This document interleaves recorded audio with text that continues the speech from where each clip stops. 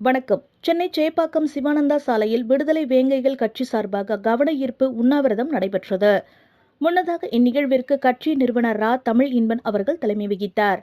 விடுதலை சிறுத்தைகள் கட்சி வழக்கறிஞர் அணி செயலாளர் வழக்கறிஞர் தா. பார்வேந்தன், விடுதலை வேங்கை கட்சி பொதுச் செயலாளர் வேங்கை தீனாபாய், கொங்கு விடுதலை புலிகள் கட்சி சி. விஸ்வநாதன், அருந்ததியர் விடுதலை கழக தலைவர் மு. இளந்தமிழன் மற்றும் அருந்ததியர் வளர்ச்சி பேரவை வீரன் ஆகியோர் கலந்து கொண்டு கருத்துரைகளை வழங்கினர்.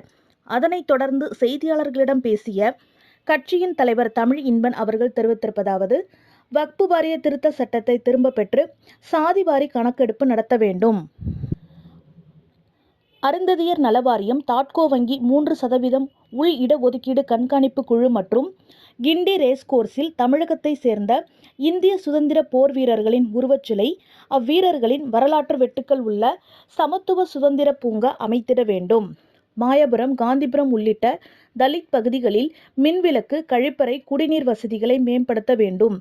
ஈரோடு மாநகர அரசு மதுபான கடை எண் 3527, 3583 ஆகியவற்றை நிரந்தரமாக மூடி போக்குவரத்து, பள்ளி மாணவ மாணவிகள், பெண்கள் அச்சமின்றி செல்ல அரசு வழிவகை செய்ய வேண்டும் என்று கூறினார்.